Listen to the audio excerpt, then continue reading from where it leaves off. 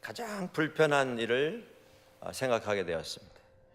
그분에게 있어서 제일 불편한 것은 그 당시에 수도권에 있는 집들도 그런 형태가 많았습니다마는 화장실이 집 밖에 위치하고 있는 점이었습니다.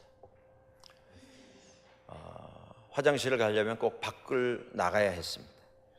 추운 날, 비 오는 날 상관없이 계속 그런 일을 했습니다. 너무 귀찮고 불편했습니다. 그러다가 어느 날 친구 집을 방문하게 되었는데 아파트라고 하는 곳에 사는 친구였습니다. 가보았더니 이분이 충격을 받을 발견을 하게 되는데 화장실이 집 안에 있다고 하는 것을 본 것입니다. 이렇게 편하고 이렇게 깨끗하고 이렇게 좋을 수가 있나. 집에 오면서 가슴을 치면서 그가 다짐을 했습니다. 맞다, 화장실은 집 안에 있어야 된다.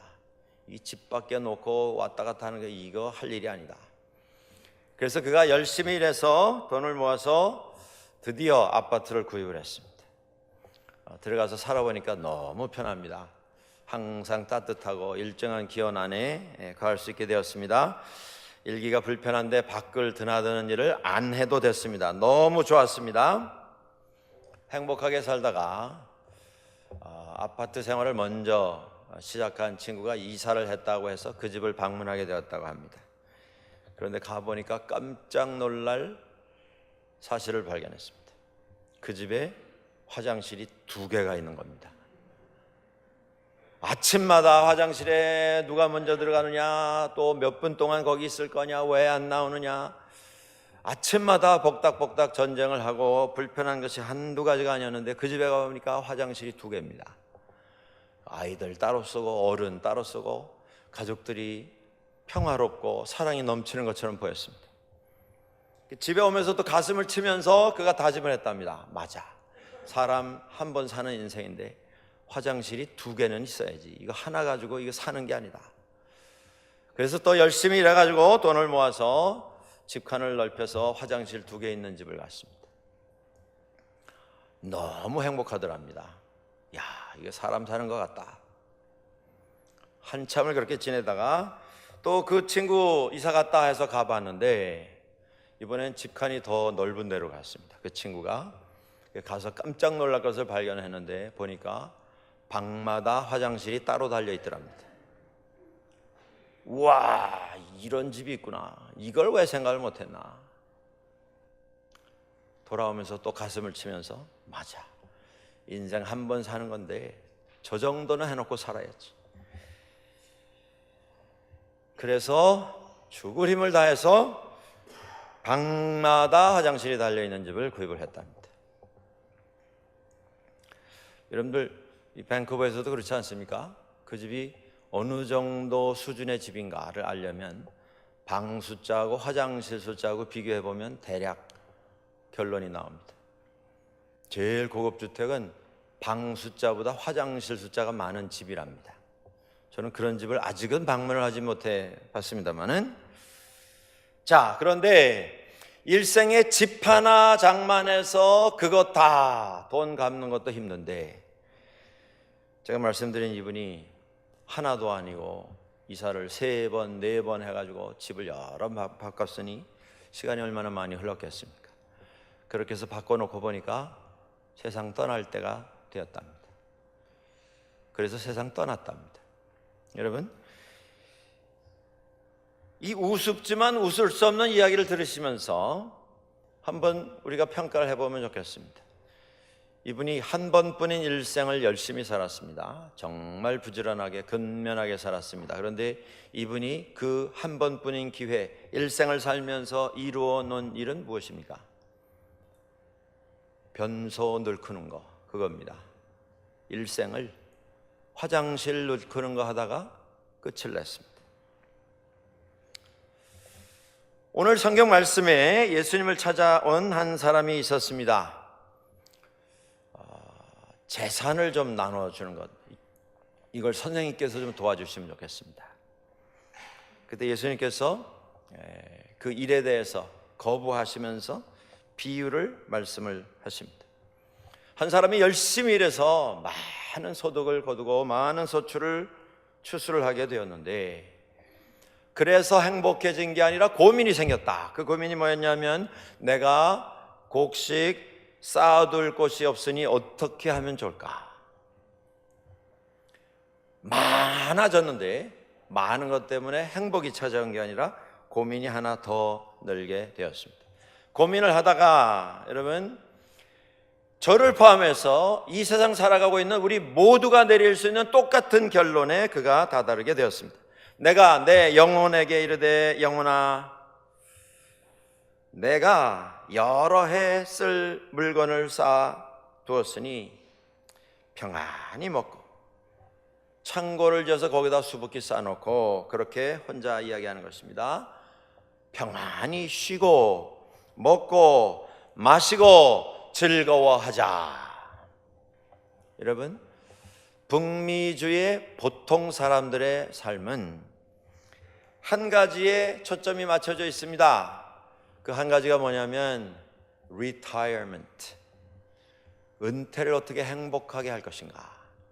그런데 그 은퇴를 행복하게 한다고 하는 것의 그 행복의 척도가 뭐냐면, 내가 여러 해 쓸 물건을 쌓아두었으니, 많이 쌓아두었으니 평안히 쉬고 먹고 마시고 즐거워하자. 인생은 누구나 은퇴라는 것을 맞이하게 되어 있습니다. 연령적으로 차이는 있겠습니다만은 언젠가는 일선에서 손을 놓고 떠나야 하는 시점이 오게 되어 있습니다. 그게 인생의 마지막 부분입니다. 그런데 그 마지막 부분이 인생의 결론입니다. 여러분들 이걸 심각하게 생각하셔야 합니다. 요즘 며칠 날씨가 완전히 바뀌었습니다. 가을이 오는 걸 나는 거부하겠다, 인정하지 않겠다, 그럴 수가 없이 우리에게 계절의 변화가 다가오고 있습니다. 인생이 이런 것입니다. 내가 젊게 살겠다, 건강하게 살겠다 아무리 우겨도 시간은 앞을 향해서만 달려가지 멈춰주지 않습니다. 천천히 가주지도 않습니다. 언젠가는 일선에서 물러나야 할 시점에 우리가 들어가게 되어 있습니다. 그런데 중요한 것은 그 시점부터 시작되는 삶이 우리 삶의 결론이라고 하는 것입니다. 이전에 살았던 삶이 결론이 아니라 이제 마지막 그 부분이 우리 삶의 결론이라고 하는 것입니다. 내가 그 시간을 어떻게 사느냐, 이게 우리 인생이 어떤 인생이었는가를 결정할 가장 중요한 기준이 됩니다.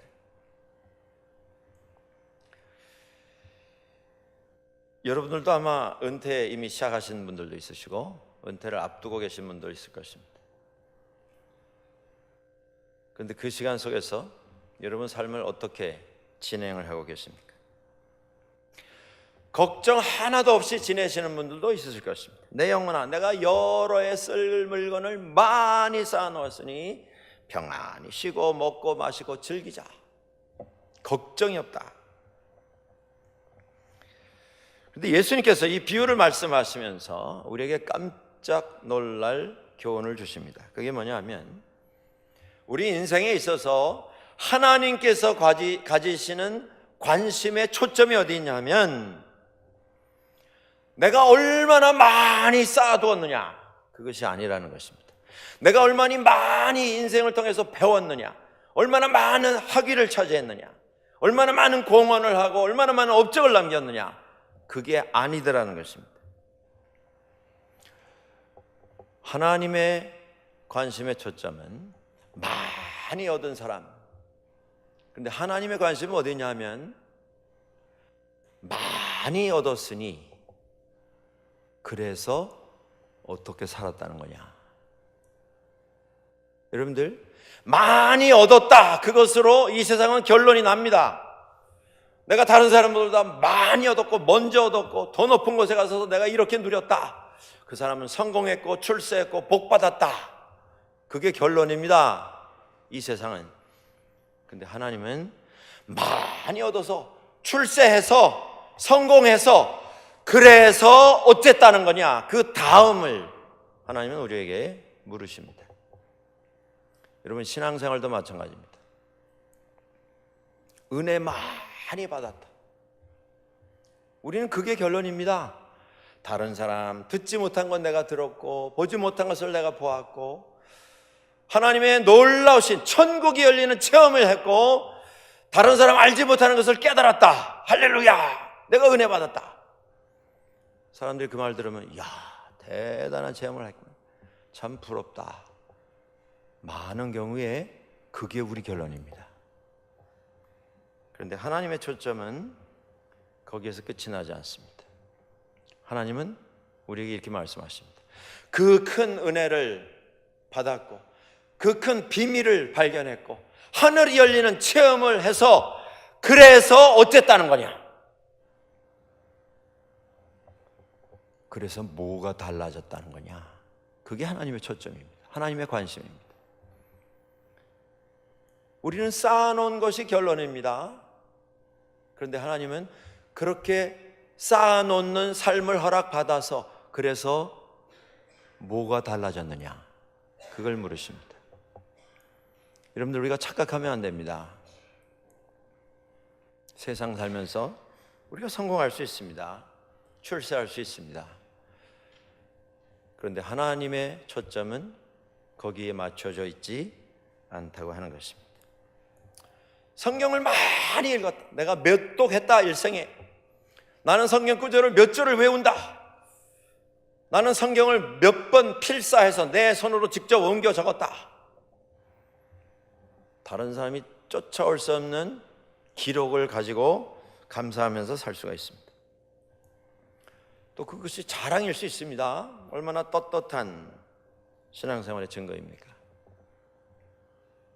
그런데 하나님께서 뭐라고 이야기하셨냐면 성경을 그렇게 여러 번 읽어서 외워서 옮겨 적어서 그래서 어쨌다는 거냐? 그래서 뭐가 달라졌느냐? 그 깨달음을 가지고 삶 속에 어떤 변화가 생겼느냐? 그걸 보시기를 원하신다라고 하는 것입니다. 성경을 읽으면서 녹음을 한 집사님을 제가 압니다. 그분은 여러 번 녹음을 했습니다. 그래서 그 녹음한 것을 이웃에게 나눠주기도 하고 이렇게 하셨는데 그분이 성경을 2독, 3독 하면서 녹음을 하면서 그가 깨달은 간증을 한 것을 들은 적이 있습니다. 그분이 뭐라고 하시냐면 그냥 구절구절 필요할 때 찾아서 읽는 것, 그것도 성경을 읽는 것이지만 그때는 깨닫지 못한 것을 제가 깨달았습니다. 그게 뭡니까? 제가 물어보았더니 이런 말씀하셨습니다. 성경 말씀을 읽으면 읽을수록 두려움이 생깁니다. 왜 그렇습니까? 제가 물었더니 그분이 이렇게 말씀하십니다. 하나님의 말씀을 읽으면 읽을수록 이것이 하나님의 말씀인데 내가 이 말씀대로 살고 있는가? 라고 하는 자책이 찾아오더라는 것입니다. 하나님은 그 부분에 관심을 가지고 계십니다. 여러분, 오늘 본문 21절에서 우리 모두에게 도전이 되는 이런 말씀을 하나님께서 우리들에게 들려주십니다. 자기를 위하여 재물을 쌓아두고 하나님께 대하여 부요하지 못한 자, 이 사람은 이 어리석은 부자와 같은 사람이다. 풍성한 결과를 얻어서 쌓아놓은 사람, 많이 쌓아놓은 사람, 어떻게 보면 이 사람은 인생의 모델과 같은 사람이 아니겠습니까?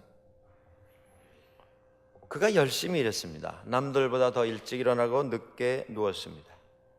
쉬지 않고 일했습니다. 지혜롭게 모든 것을 다 정리를 했습니다. 아마 열심히 일할 때에 운도 따랐던 것 같습니다. 똑같이 일했지만 더 많은 소출을 거두게 된 것입니다. 그래서 얻은 거 쌓아놓고 이걸 좀 내가 즐기리라 라는 생각을 가진 것, 이것이 죄입니까? 여러분들 어떻게 생각하십니까? 가정이 있고 자식이 있고 자기가 미래에 은퇴를 해야 할 이런 일들을 생각하면서 미래를 준비하고 미래를 위한 어떤 방법을 다 마련을 해놓는 것, 이거 잘한 일 아닙니까? 물론 우리가 지적할 수 있습니다. 그걸 왜 다 혼자 쓰려고 하느냐, 그건 너무 이기적인 것 아닌가.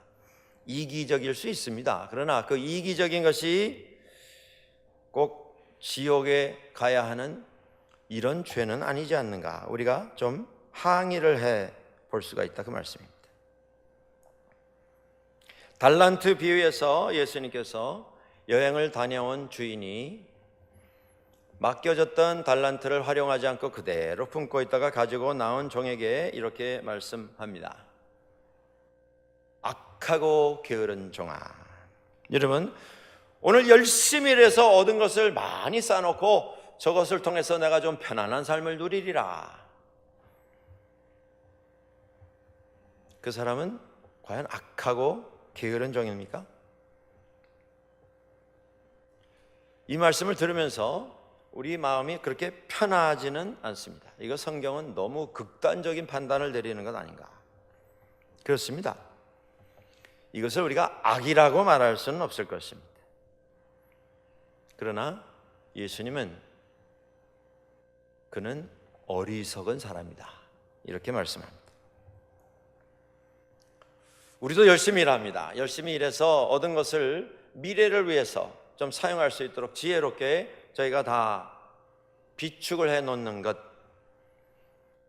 그게 악하다는 말씀이 아닙니다. 또 모은 것을 가지고 남들에게 좀 다 퍼주지 않고 내가 좀 그것을 사용하겠다, 그 마음 가지는 것, 그 사람 지옥 갈 것이다. 예수님께서 그렇게 말씀하시는 것도 아닙니다. 버는 족족 다 퍼서 남들에게 주면서 사는 것, 뭐 그렇게 살 수 있으면 좋겠습니다만은 이것이 현실적으로는 가능하지가 않습니다. 그렇게 살 수 있는 사람들은 평생 나는 아무것도 가지지 않고 살겠다, 수도원에 들어가서 거기서 공동체 생활하면서 옷 한 벌, 신발 하나, 그리고 최소한의 음식만 섭취하면서 사는 특정 그룹에 같이 헌신한 사람들 외에는 이런 삶은 불가능하기 때문입니다. 이 부자가 절반을 잘라서 세상 사람들 다 나눠주고 절반은 자기 멋대로 썼으면, 그러면 이 사람은 착하고 충성된 종이라고 하는 그런 호칭을 얻을 수 있었겠습니까? 좀 불편합니다. 우리 현실과 비교를 해보면. 근데 예수님께서 오늘 하시는 이 말씀에는 아주 근본적인 그리고 가장 중요한 교훈이 담겨져 있습니다. 예수님을 찾아 나왔던 사람이 문제를 제기했습니다. 저에게 형제가 있는데 부모님이 유산을 남겨주셨는데 그 유산 분배하는 것이 제가 보기에는 너무 불공정하고 불평등하고 이건 부정입니다.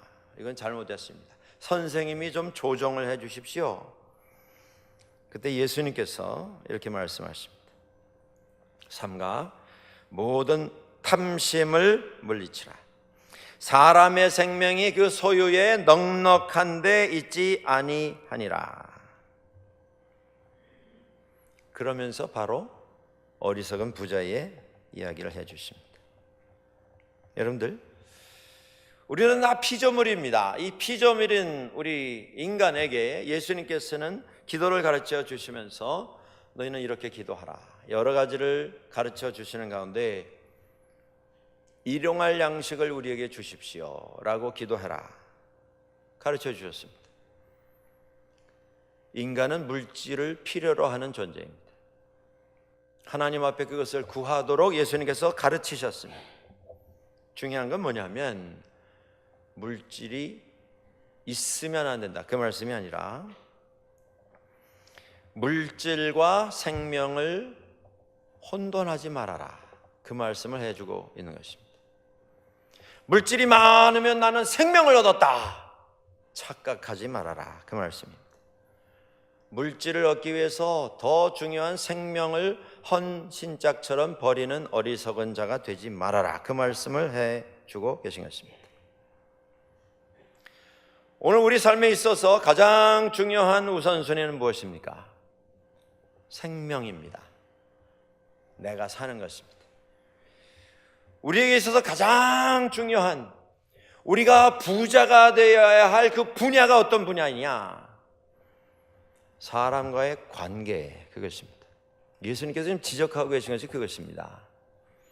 재산 더 얻기 위해서 형제를 저버리고 자매를 저버리는 사람, 그 사람은 어리석은 사람이다. 예수님께서 지금 해주고 계신 말씀은 그 많이 얻은 것 하나님께 드리지 않고 혼자 쓰겠다고 움켜쥐는 사람, 그 사람은 지옥 갈 것이다. 여러분, 우리가 가끔 무슨 간증이나 무슨 부흥회 집회 자료 같은 거, 테이프 같은 거 들어보면 그런 예화들이 가끔 나옵니다.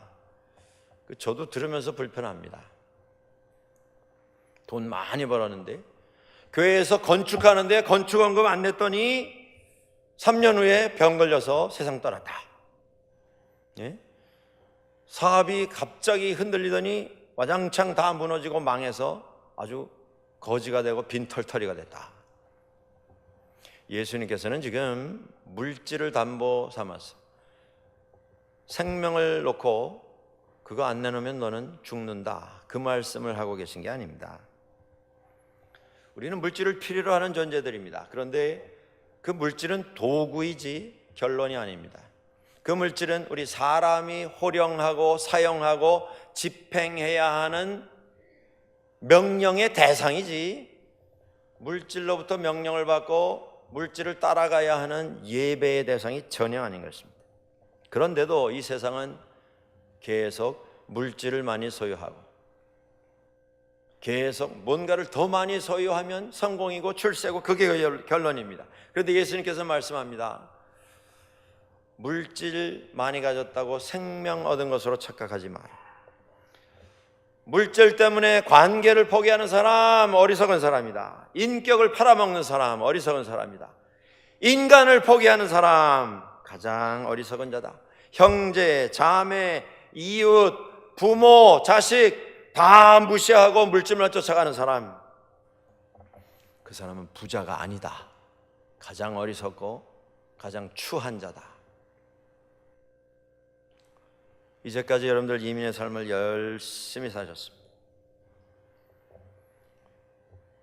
만들어진 결과로 미래를 준비해 놓으셨습니다. 예수님께서 우리에게 물으십니다. 과연 나는 정말 부자인가? 부자인데 나는 예수님께서 말씀하시는 것처럼 하나님에 대해서 부자인가? 이웃에 대해서 부자인가? 인생에 대해서 내가 부자로 살고 있는가? 아니면 그저 돈이라고 하는 거, 명예라고 하는 거, 학식이라고 하는 거, 이런 부분에서만 내가 부자라고 착각하면서 살고 있지는 않은가라고 하는 것입니다. 이 세상은 지극히 물질 위주로 지금도 앞을 향해서 내닫고 있습니다. 소유 지향적인 삶을 계속 우리들에게 설교를 합니다. 뭐니 해도 머니가 최고다. 그게 우연히 만들어진 농담이 아닌 것 같습니다. 소유가 넉넉해야 행복이 찾아오는 것이지, 먹을 것도 없어서 지금 살아가는 것 자체가 고민이고 고난인데 거기 무슨 행복이 있겠느냐. 그러니까 먼저 물질을 확보해라, 그렇게 우리들에게 가르칩니다. 우리 한국이 세계에서 교육열로 제일 소문이 난 나라입니다. 여러분, 어떤 나라에서 아직 학교도 가기 전에 아이들 유치원 보내는데 한 달에 1,000불씩 돈을 지출하는 그런 나라가 이 세상에 몇 나라나 되겠습니까? 그것도 무슨 왕족, 귀족이 아니고 평민들이 그런 돈을 지출하면서 아이들을 유치원에 보내고 그 다음에 저녁에 각종 학원 2군데 3군데를 보내는 그런 나라가 세상에 몇이나 있겠습니까? 그런데 그렇게 하는 이유가 무엇입니까? 아이들에게 그렇게 해서 아이들이 무슨 돈을 벌어가지고 옵니까? 그게 아닙니다. 지금은 아니지만 훗날 이 아이들이 돈을 많이 벌 수 있는 경쟁력을 키워주기 위해서 그 고생을 하는 것입니다. 경쟁이 기준이 되면 거기에 행복은 없습니다. 왜 그렇습니까? 아무리 열심히 해도 세상에서는 1등은 한 사람뿐입니다. 내 자식이 아무리 똑똑하고 아무리 열심히 살고 실력이 좋아도 내 자식보다 더 똑똑하고 더 실력이 좋은 사람이 1등하게 돼 있습니다. 1등이 목표면 아무리 높이 올라가도 아무리 많은 것을 쌓아놓아도 거기 행복이 찾아오지 않습니다. 숫자가 주인이 되면 우리는 이 세상이 말하는 경쟁력을 갖춘 세상의 운영 방침의 노예로 살아갈 수밖에 없습니다. 한국 교회가 이 부분에 있어서 회개할 부분이 참 많습니다. 지난 한 30년 동안 한국 교회는 숫자에 취해 있었습니다. 여러분, 우리 기독교회에 교단이 여러 교단이 있습니다. 그런데 로마 가톨릭 교회를 제외하고 교단별로 세계에서 제일 크다고 하는 것이 숫자가 많이 모이고 예산이 많이 들어오는 교회 이야기입니다. 숫자적으로 제일 교단별로 큰 교회가 다 한국에 있습니다. 제일 큰 장로교회, 제일 큰 감리교회, 제일 큰 성결교회, 제일 큰 침례교회. 교단 총망라에서 세계에서 단일교회로 제일 큰 교회가 한국의 여의도에 있습니다. 그리고 우리는 그동안 말해왔습니다. 우리 한국 땅은 복받은, 하나님 축복받은 나라이다. 한국 교회는 하나님의 축복을 받은 교회이다. 왜냐하면 봐라, 이만큼 숫자가 모인 교회가 세상에 또 어디 있는가. 2000년 기독교 역사 가운데 이렇게 부흥 발전한, 단시간에 이런 업적을 이뤄놓은 교회가 어디 있는가. 교회가 앞장을 서서 숫자의 철학을 가지고 세상에다가 외쳤습니다. 우리는 성공했다. 하나님의 관심은 성공했느냐 안 했느냐, 숫자가 얼마 모였느냐, 그게 아닙니다. 목사들도 이 숫자 노름의 노예로 살아가는 분이 있습니다. 제가 만나본 목사 가운데 가장 제 마음을 아프게 한 목사가 어떤 분이냐면, 그래도 한국에 좀 알려진 교회 목사님입니다. 제 나이 또래. 만나면 뭐 다 교회 얘기 아니겠습니까? 목사들이 초면에 만나는데 뭐 다 이제 활동 활발하게 하는 목사님들인데, 초면에 만나서 질문이 이겁니다. 아, 그래, 목사님 섬기시는 교회는 예산이 얼마나 됩니까? 저는 그 질문 받으면서 이게 목사가 할 질문인가? 뭐 목사니까 안심하고 했는지는 모르겠습니다. 여러분, 초면에 어느 좌석에 어떻게 서로 알게 돼서 자리에 앉게 되었는데, 뭐 결혼식에 가셔서 한 테이블에 앉으셨든지, 근데 반갑습니다, 처음 만나서 참 반갑습니다, 인사 나누고 그분이 여러분에게 선뜻 그래, 한 달 수입이 얼마나 되십니까? 그렇게 물으시면 그 질문이 정상적인 질문입니까? 대개 아드님은 학교에서 몇 등이나 하십니까? 성적표에 몇 등 적어왔던가요? 지난달에? 그렇게 물으시면 그게 정상적인 질문입니까? 이 이야기는 교회도 숫자 철학에 사로잡힌 교회가 많다, 그 말씀입니다. 목사도 숫자의 철학을 가지고 목회를 진행하는 분들이 많다, 그 말씀입니다. 예수님께서 지금 지적하시는 부분이 이겁니다. 그것 쌓아놓고 생명을 확보했고 그것 쌓아놓고 축복을 확보했다라고 생각하는 것, 그 착각에서 깨어나라. 여러분들, 우리 인간은 피조물입니다. 그래서 우리가 지금 지니고 사용하고 살아가고 있는 모든 것은 내 것이 아니라 내게 맡겨진 하나님의 것입니다. 이걸 깨달으라는 것입니다. 많이 쌓아놓았다라고 하는 것은 많이 맡겨주셨다는 겁니다. 많이 소유했다가 아니고. 왜 맡겨주셨습니까? 하나님 영광 위하여 지혜롭고 아름답게 그것을 사용하도록 맡겨주신 것입니다. 살아오시면서 여러분들, 나는 다른 사람들보다 참 많이 쌓을 수 있는 삶을 누렸다. 내 삶은 참 결과가 다른 사람들보다 더 풍성했다 라는 생각을 가지고 계시다면 기억하십시오. 그것은 특권이 아니라 책임입니다. 그렇기 때문에 나는 더 조심해야 합니다. 더 잘 사용해야 합니다. 더 많이 베풀고 더 많이 드리면서 살 수 있어야 합니다. 자꾸 쌓아져 올라가는 그거 숫자만 보면서 취해서는 안 된다, 그 말씀입니다. 그런데도 우리들은 계속 이것은 내 것이다 착각하면서 살고 있습니다.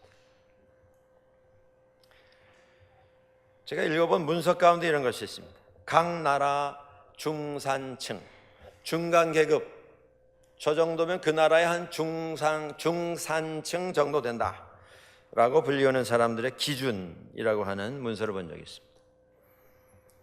불란서에 문서화된 그 나라의 중산층 기준 한번 들어보시죠.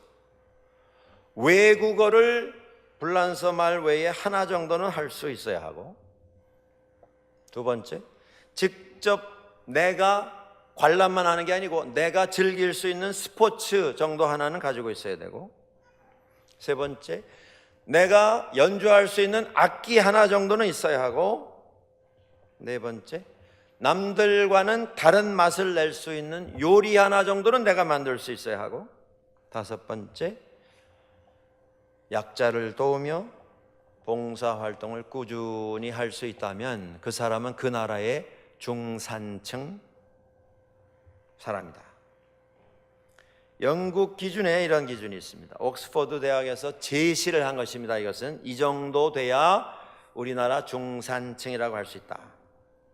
첫 번째, fair play를 할 것, 공평하고 공정하게 모든 것을 판단하고 행하라는 것입니다. 두 번째, 자신의 주장과 신념을 가질 것. 세 번째, 독선적으로 고집 부리고 아집 부리면서 행동하지 말 것. 네 번째, 약자를 두둔하고 강자에 대응할 용기를 지닐 것. 다섯 번째, 불의, 불평등, 불법에 의연히 맞서서 대처할 것. 미국 기준도 있습니다. 이것은 공립학교에서 우리나라의 시민 중산층에 속한 사람들은 이런 생활을 해야 한다 이렇게 적혀 있는 글입니다. 첫 번째, 자기의 주장이 뚜렷해야 하고, 두 번째, 사회적인 약자를 도와야 하고, 세 번째, 부정과 불법에 저항하고, 네 번째, 책상 위에 정기적으로 받아서 구독하는 비평 잡지 하나 정도는 있어야 한다. 돌아와서 한국에서 여론조사를 해서 직장인들을 대상으로 해서 설문 결과를 모아놓은 한국 중산층 기준이 있습니다. 첫 번째, 빚이 없이 다 갚아서 소유하고 있는 아파트 30평 이상. 두 번째, 한 달에 집에 가지고 오는 수입이 500만 원 이상. 세 번째, 자동차는 중형차 혹은 그 이상. 네 번째, 저금 통장에 한 1억 정도는 여유 자금을 가지고 있어야 할 것. 다섯 번째, 해외여행 1년에 한 번 이상은 할 수 있는 그런 생활을 할 수 있는 사람. 여러분들 들으시면서 어떤 느낌이 있으십니까? 좀 차이가 있지 않습니까? 오늘 한국이라고 하는 나라가 경제적으로는 이제 세계에서 그저 한 11, 2, 3등을 다투는 이 정도 상태까지 왔는데, 우리는 과연 정말 부자 나라로 삶을 추구하고 있습니까?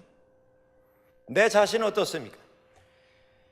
이민 왔을 때보다 내가 훨씬 더 나은 삶을 오늘 누리고 있는데 그 나은 삶이 혹 숫자에만 국한이 된 이런 삶은 아닌지 모르겠습니다. 더 반성하고 더 조심하고 더 우리들이 뉘우칠 수 있어야 합니다. 몇 년 전에 한국에서 큰 소동이 났던 일화가 있습니다. 법정 스님이 세상 떠나면서 책을 하나 남겼습니다. 책 이름이 무소유입니다. 그가 세상 떠나면서 남겨놓은 유언이 있었습니다. 나는 내 뒤에 남는 사람들에게 어떤 식으로든 짐이 되고 싶지 않다. 내가 가지고 있는 것 다 파괴해라. 내 옷도 내 몸도 다 태워서 없애라. 뒤에 남는 사람들에게, 후손들에게 요만큼도 부담, 요만큼도 짐이 되는 인생을 나는 추구하지 않았다. 그 무소유 책을 출간하면서도 그런 유언을 했습니다. 이 책은 몇 권만 찍어서 그것만 배포를 하고 그것으로 끝을 내라. 이걸 뭐 재판, 3판, 4판 원하는 대로 찍지 말고 이건 그냥 내 생각을 적은 책이니까 정한 숫자 그것만 찍어서 사람들이 읽을 수 있도록 해라. 그리고 세상을 떠났습니다. 그런데 한국에 대소동이 일어났습니다. 그 무소유라고 하는 책이 절판이 물론 됐습니다. 완전 완매, 솔드아웃이 됐습니다. 그 책을 구할 수가 없습니다. 그 책방마다 뭐 막 줄을 서고 데모를 하고 조계종에 막 탄원서가 들어왔습니다. 아니 이 책을 사람들에게 좋은 교훈인데 이거 좀 읽게 해줘야지 이런 데가 어디 있느냐. 책을 좀 줘, 이걸 좀 발간을 해라. 고의는 좋은 뜻에서 우리 인간이 소유의 노예가 되면 안 된다. 그래서 그런 뜻으로 책도 권수를 딱 정해서 이것만 해라. 더 이상 하지 마라 했는데 결국 불교계의 지도자들이 모여서 여러 가지로 토론을 한 결과 그럼 책을 할 수 없다. 더 발간을 하자. 그래가지고 그냥 무제한으로 찍어가지고 수백만 부가 한국에서 팔렸습니다. 여러분들 저는 이 과정을 지켜보면서 참 씁쓸했습니다. 저는 불교인은 아닙니다. 그러나 그 과정을 보면서 제가 깨달은 건 이겁니다. 현대인은 무소유라는 것 자체도 소유하고 싶어하는 그런 사람들입니다. 현대사회는 무소유도 소유를 해야 마음이 좀 시원하고 행복을 느끼는 병자들입니다. 병자. 돌아간 분의 유언조차도 바꾸어서 소유를 해야만 속이 시원한, 이게 코미디 아닙니까? 무소유라고 하는 책을 소유하기 위해서 전쟁을 벌이는 현대사회.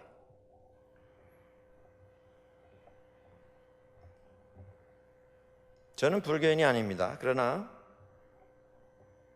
이런 어떤 가르침을 던지고 떠난 분에 대해서는 제가 존경의 마음을 가집니다. 그러면서 제가 깨닫는 것이 있습니다.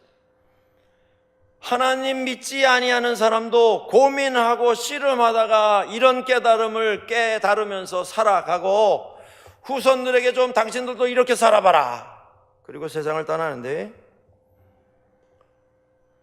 우리 믿는 사람들은 지금 어떻게 살고 있습니까? 나는 부자인데 누가 봐도 나는 하나님 눈에 정말 부자로 살아가고 있는가라고 하는 것입니다. 예수님은 우리에게 말씀합니다. 우리의 생명이 절대 우리 소유에 의해서 결정되지 않는다. 우리는 소유할 수 있는 것이 없을 뿐더러 우리 생명이 내가 지금 쥐고 있는 것의 분량에 의해서 결정되지 않는다. 왜냐하면 그것은 하나님의 것이기 때문이다. 재물이 많아지면 모든 인간에게 일어나는 자동적인 착각이 있습니다. 그게 뭐냐면 내가 주인이다. 돈을 쓰니까 다 움직입니다. 돈을 쓰니까 다 모여듭니다. 돈을 썼더니 다 칭찬의 말입니다. 부러워합니다. 인생 살만합니다. 그런데 예수님 말씀합니다. 착각에서 깨어나라. 우리의 생명은 하나님께 속해 있는 것입니다. 그래서 하나님께 부요한 자만이 하나님 앞에 영생을 얻을 수가 있습니다. 하나님께 부유한 삶이라고 하는 것은 어떤 삶이겠습니까? 재산이 행복을 가름하지 않는다. 그 깨달음을 가지고 사는 삶입니다. 하나님 앞에 내 삶이 하나님께 속해 있습니다. 헌신하여 살아가는 그런 삶입니다. 20세기의 유명한 작가이자 철학자이자 기독교 신학자인 에릭 프롬은 이런 말을 합니다. 인생이 과연 소유인가 존재인가? To have or to be. 소유를 쫓아가면서 그것으로 인생의 모든 부분을 다 해결하려고 하는 것, 그 삶에는 끝이 없습니다. 결론이 없습니다. 물론 행복은 찾아오지 않습니다. 우리는 하나님 앞에서 피조물임을 깨닫고 우리의 생명이 하나님께 속해 있으며 하나님께로 왔으며 하나님께로 돌아갈 삶을 살아가고 있다는 것을 깨닫고 주님을 바라보며 살아야 합니다. 주님의 말씀에 귀를 기울이며 살아야 합니다. 그 물질이 하나님께 속해 있는 우리에게 맡겨진 우리의 책임이라는 것을 깨닫고 아무 때라도 주님의 이름 앞에 내려놓을 수 있는 그런 삶을 사는 사람, 그 사람이 하나님께 부요한 삶을 사는 사람입니다. 벌써 가을입니다. 혹 인생의 가을의 문턱으로 들어서는 분들이 이 자리에 계시다면 자신들 한번 돌아보시기 바랍니다. 과연 나는 주변에 있는 사람들이 부러워하는 것처럼 하나님 앞에서도 부자인가? 성경은 말씀합니다. 그런즉 너희는 먼저 그의 나라와 그의 뜻을 구하라. 그리하면 이 모든 것을 너희에게 더하시리라. 기도하겠습니다. 하나님,